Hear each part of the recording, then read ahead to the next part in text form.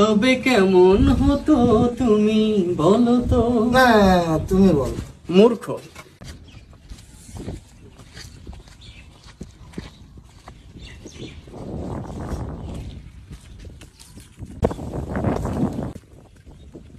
এই আনাম খালিদ। জি ভাই বলেন বলেন। তোমরা মনে হয় আমাকে দেখতে পাও নাই।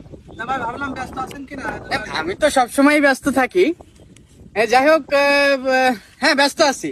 তাহলে তোমরা কি করো, তোমরা ই করো, বিকালে দেখা করো আমার সাথে। আচ্ছা, ঠিক আছে, থ্যাংক ইউ।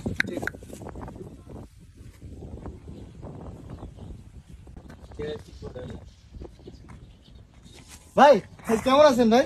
ও হ্যাঁ ভালো আছি। তুমি কেমন আছো? এই তো আলহামদুলিল্লাহ ভালো আছি ভাই। ঠিক আছে। এখানে কি করতে আসছেন আর? এই যে মাঠ দেখতে আসছি, ঢাকায় তোর মাঠ নাই, তো মাঠটা একটু পরিদর্শন করতে আসছি। ঢাকায় মাঠ নাই কি? ঢাকায় তো আমরা ক্রিকেট খেলা দেখি, ফুটবল খেলা দেখি টিভিতে। ওটা হচ্ছে মূলত extra time. Extra time? Extra time না, ওটা হচ্ছে স্টুডেন্ট। স্টুডেন্ট বলে ওটাকে। স্টুডেন্ট না তো, আমরা যতদূর জানি স্টেডিয়াম বলে। ওই যে পাঁচ পার্টিসিপেল আছে তো, এক্সট্রা টাইম, স্টুডেন্ট এবং স্টেজের লাস্টে যেটা বললে আর কি। স্টেডিয়াম। হ্যাঁ, আমি সবসময় ইংলিশে টকিং করি। ও ইংলিশে টকিং। হ্যাঁ।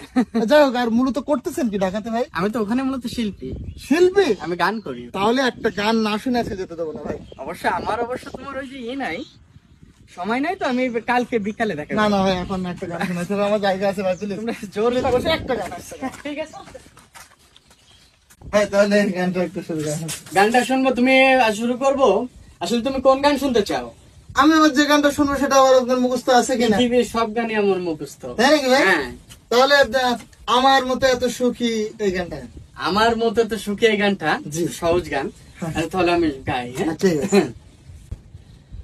আমার মতো এত সুখী নয় তো কারো জীবন, নামের রেলগাড়িটা পাই না খুঁজে, স্টেশনের রেলগাড়িটা মাইপা চলে ঘড়ির কাঁটা, প্ল্যাটফর্মে বৈশা ভাবি কখনো ভালোবাসনি,